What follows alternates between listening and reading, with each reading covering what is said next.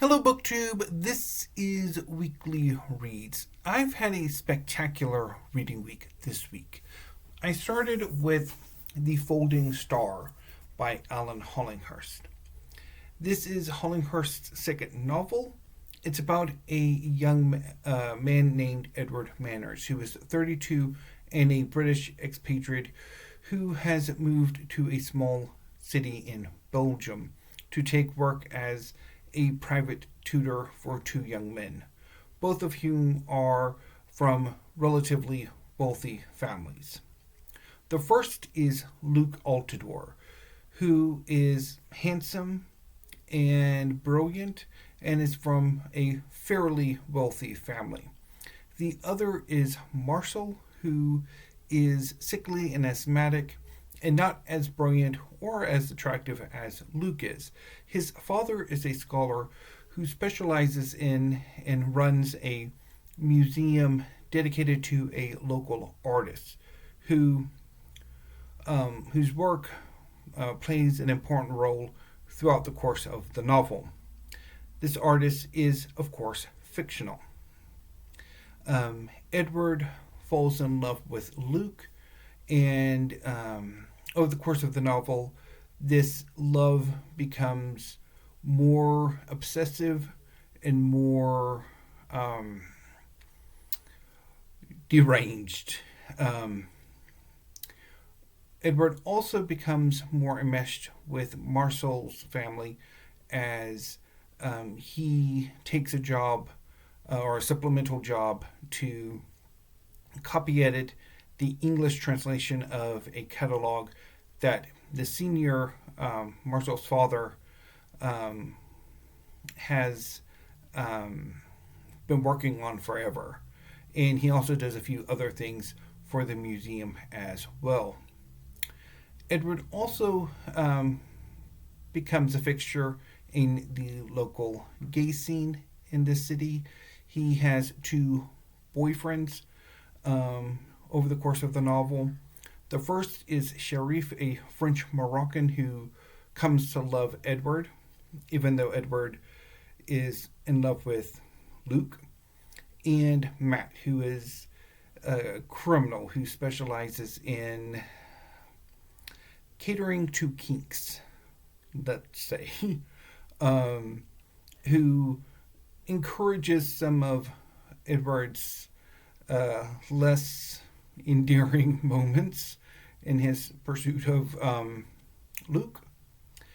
And the story is told in three parts. The first part is Edward coming to Belgium and setting himself up,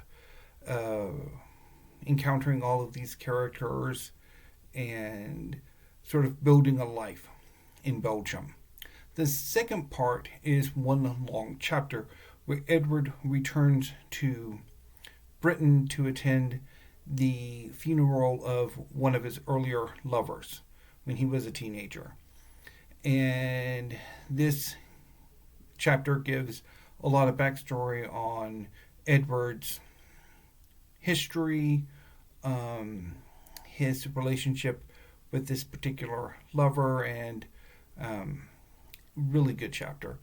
And then the third part sees Edward return to Belgium and all of the various plot threads coming together and sort of wrapping themselves up in sometimes spectacular and moving ways. I loved this book. It was a ton of fun to read. And I'm quite pleased by that because I've had a few goes at the Folding Star over the years, and I haven't had as much success as I would like, and I'm very happy that I have finally got the Folding Star under my belt. It's really good. So quite happy about that, and I'm really pleased that things are starting to work out between me and Alan Hollinghurst. Next, I read The Intentions of Thunder by Patricia Smith. This is a new and selected collection of her poetry. The The poetry is sort of divided into her previous collections, as well as two uncollected sections. The first is from 1990 to 2010, and the second from 2010 to 2024. I really enjoyed this collection, although I think I'm more keen on her earlier work, her work from the 1990s and 2000s compared to some of her more recent work in the 2010s and 2020s. Although there are a number of poems from that later period that are incredibly powerful, that touch upon the long history of white violence against, or European American violence against African Americans. So this was a really powerful collection. I am currently reading Waterland by Graham Swift. This is a story set in the very early 1980s about Tom Crick, a history teacher who is being forced into retirement, not only because his department is being subsumed into general studies, but also because his wife has had a mental breakdown.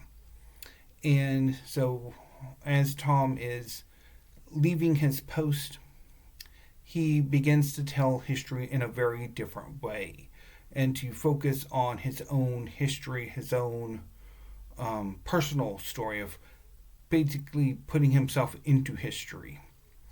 And it is really good. I am enjoying this novel so far and having quite a lot of fun reading it. I'm about 156 pages in, so I should finish this novel on Saturday. And I'm really looking forward to seeing how things shape up. It's quite good.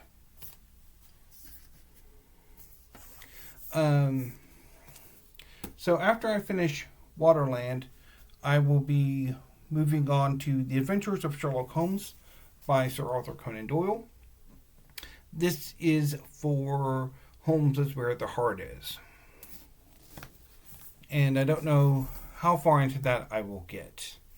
And then once I finish that, I will move on to Planet of Exile by Ursula K. LeGuin for the Hainish Cycle reading project that's going on. And then if I finish that or bail on it, I will move on to something else and report back next weekly reads on what that ultimately ends up being. Anyway, so if you've noticed, this is a later weekly reads than I normally put out. And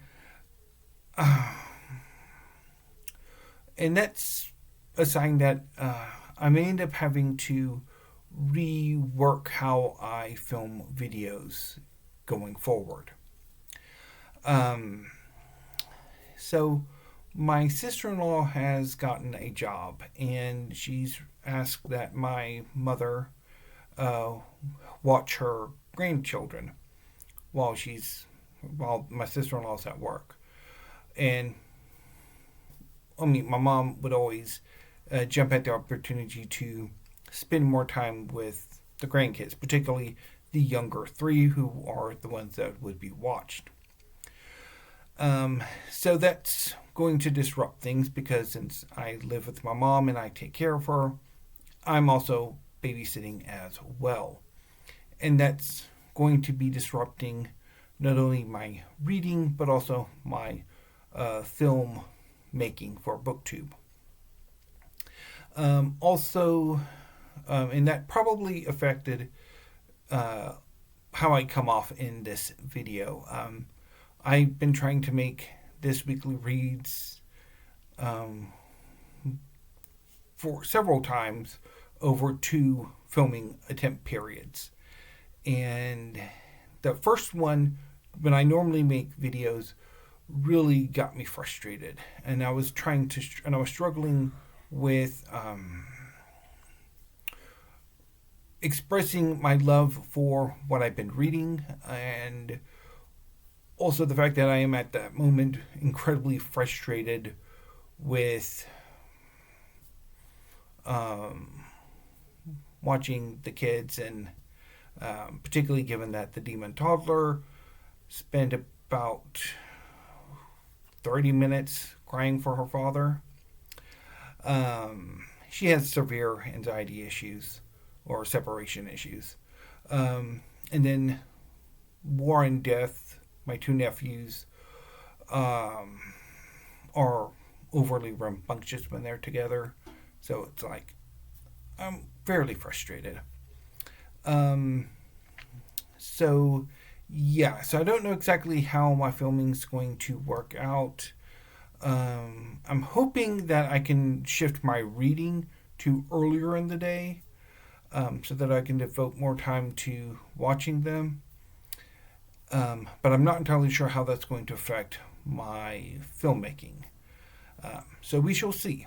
So what I might do is might make more videos early in the morning, or I might do like later videos like this and see how that works out. But anyway, hopefully things work a bit better next week and I'm not as frustrated as I am today. So anyway, BookTube, I will see you next week. So until then, thank you and have a great weekend.